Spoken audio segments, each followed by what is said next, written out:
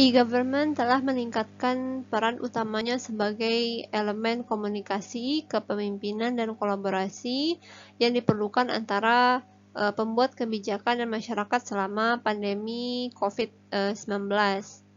Teknologi digital telah memungkinkan berbagai pengetahuan yang lebih luas, mendorong penelitian kolaboratif untuk menemukan solusi dan memberikan panduan transparan kepada pemerintah dan juga masyarakat.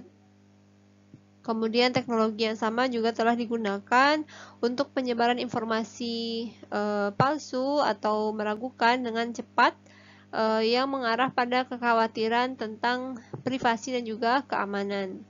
Nah, para pembuat kebijakan telah diminta untuk mengumpulkan dan memproses data terkait COVID-19 dengan cara yang etis, transparan, aman, dapat dioperasikan dan terjamin, yang melindungi privasi dan keamanan data individu.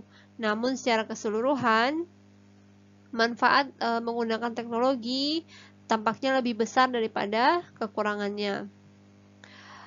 Kantor pemerintahan digital juga mengalami transformasi yang cepat selama pandemi COVID-19.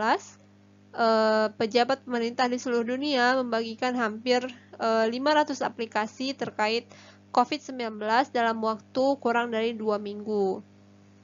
Upaya pengembangan strategi digital government pasca krisis COVID-19 harus difokuskan pada peningkatan perlindungan data dan kebijakan inklusi digital global serta penguatan kebijakan dan kapabilitas teknis lembaga publik.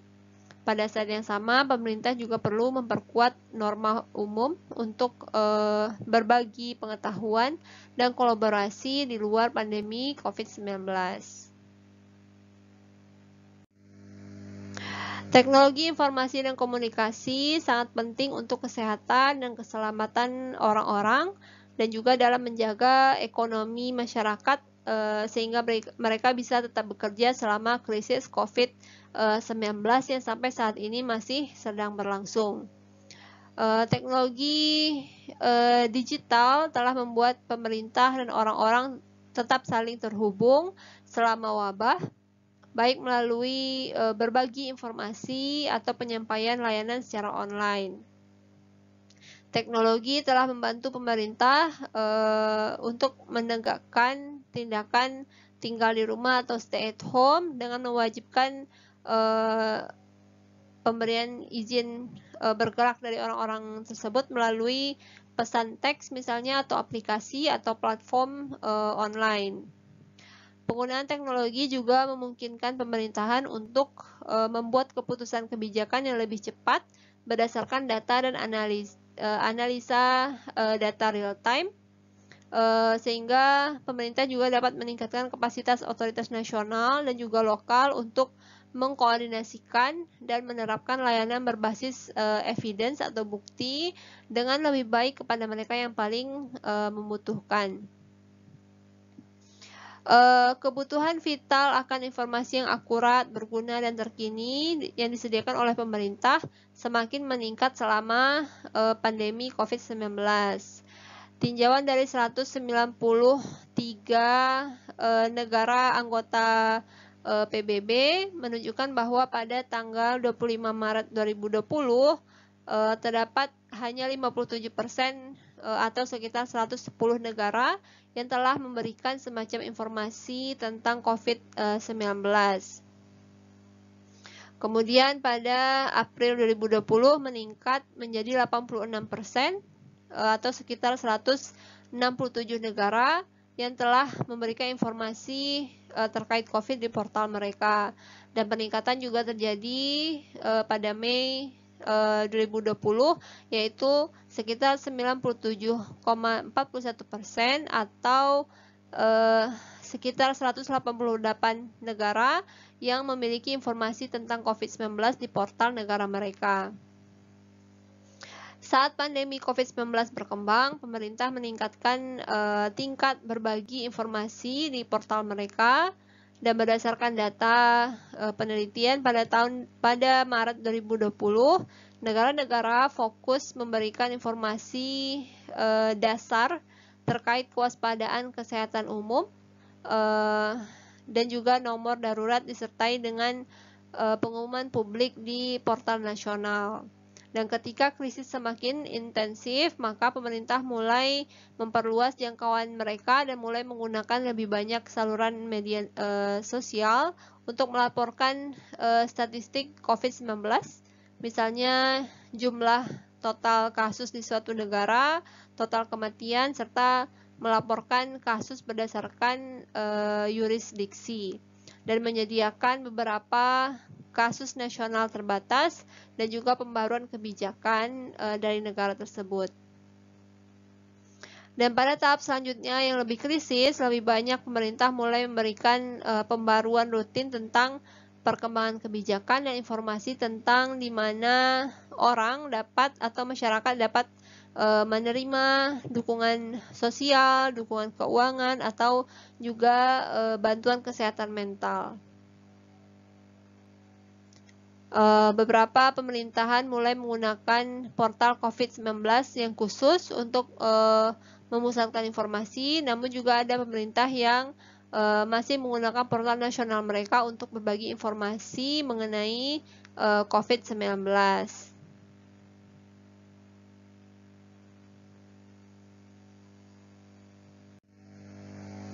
Analisis portal pemerintah selama COVID-19 menunjukkan bahwa pembuat kebijakan menggunakan banyak saluran komunikasi digital dan meningkatkan berbagi informasi dengan menyediakan data publik yang terkini. Pemerintah memutuskan saluran mana yang paling cocok untuk menjangkau khalayak yang luas, untuk memberikan informasi yang akurat dan yang tepat waktu.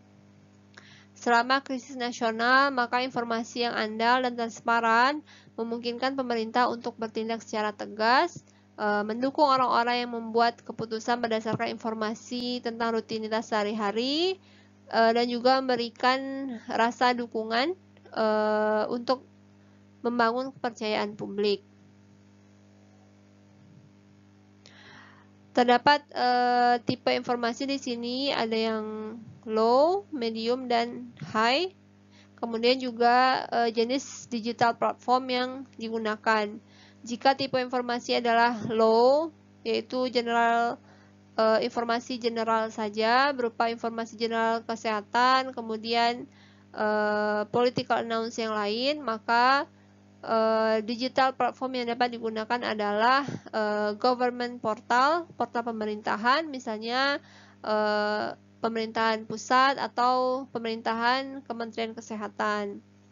Jika tipe informasi adalah berupa medium, misalnya seperti COVID-19 statistik, statistika kematian, kemudian berapa yang terjangkit COVID-19, kemudian update policy, social distancing, maka dapat menggunakan sosial media channels, misalnya Facebook, Twitter, Instagram, dan lain sebagainya.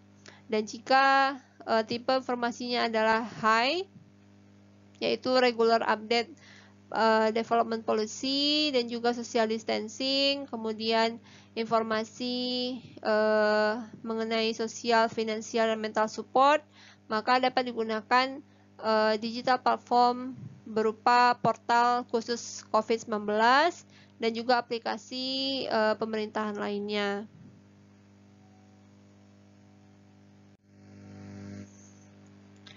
Pemerintahan daerah berada di garis depan dalam perang melawan wabah COVID-19. Selama pandemi, portal kota memberikan informasi yang mengarahkan orang ke layanan terkait COVID-19 yang ditawarkan oleh pemerintahan pusat. Berbagi data COVID-19 publik adalah komponen kunci dari tanggap darurat perkotaan. Kemudian dashboard digunakan di tingkat kota dan juga negara bagian untuk memberikan informasi yang transparan dan juga andal, meningkatkan kesadaran dan menghubungkan orang dengan sumber daya yang sesuai. Misalnya perawatan lansia di rumah, kemudian penyediaan pertolongan pertama dan lain sebagainya. Kemudian salah satu kota di Kanada, Vancouver misalnya telah memperkenalkan dashboard online untuk memungkinkan warga melacak tanggap darurat kota dan juga upaya untuk mengekang penyebaran COVID-19. Dashboard juga dikembangkan oleh pemerintah negara bagian New South Wales di Australia untuk memberikan informasi tentang jumlah kasus dan menawarkan sumber daya komunitas pada tingkat kode pos. Dengan kota-kota saat ini terkunci atau lockdown, maka kebutuhan baru juga akan muncul. Chatbot otomatis, misalnya memiliki peran penting dalam memberikan informasi kepada warga. Singapura telah meluncurkan sebuah chatbot untuk memberitahu pemberi kerja tentang perkembangan terkait COVID-19. Kemudian salah satu wilayah di Estonia juga mengembangkan aplikasi keterlibatan masyarakat yang memungkinkan pemerintah daerah untuk berbagi informasi dan pedoman yang tepat waktu dan dapat diandalkan untuk mencegah penyebaran virus corona. Aplikasi tersebut menyertakan komponen interaksi sosial yang memungkinkan orang memberikan umpan balik kepada pejabat pemerintah daerah untuk memposting acara sosial atau berbagi gambar dan juga video. Kemudian di salah satu kota di Bulgaria, pemerintah kota meluncurkan aplikasi di mana warga dapat melaporkan pelanggaran perintah jarak sosial COVID-19 untuk mendukung pekerjaan petugas polisi. Kemudian salah satu kota di Portugis juga menggunakan platform elektronik untuk menyiapkan dan mengelola relawan yang memberikan dukungan untuk kebutuhan perawatan sosial dasar, terutama bagi mereka yang berada dalam kelompok populasi yang lebih rentan. Kota-kota telah menempatkan lebih banyak layanan sehari-hari mereka secara online ketika penduduk didesak untuk mengisolasi diri dan banyak pegawai pemerintahan yang bekerja dari rumah atau work from home.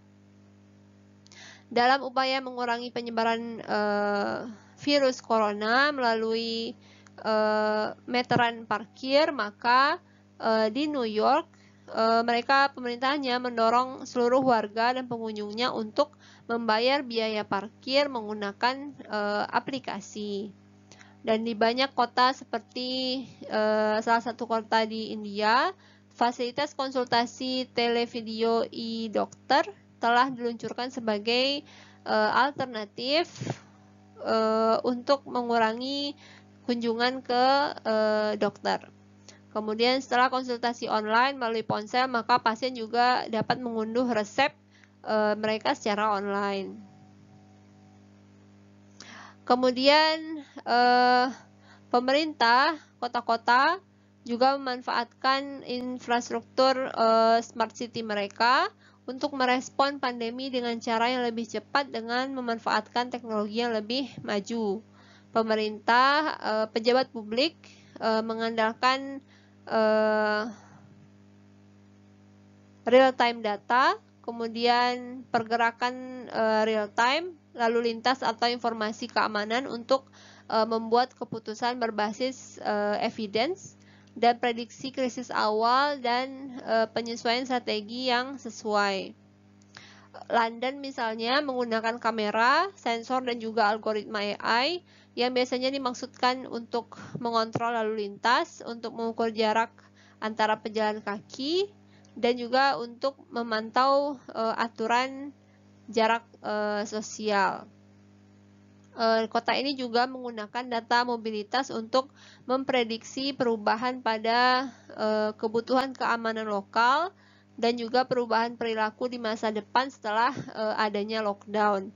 Dengan cara yang sama, salah satu kota di India juga mengubah pusat kontrol komando terpadu operasionalnya yang diluncurkan sebagai bagian dari misi Kota Pintar pada tahun 2015 sebagai pusat kendali COVID-19. dengan menggunakan dashboard real time, kemudian monitor video dan juga drone untuk pengawasan udara guna menemukan lokasi geografis khusus COVID-19 dan juga mengidentifikasi apotek yang terbuka dan memantau kapasitas rumah sakit.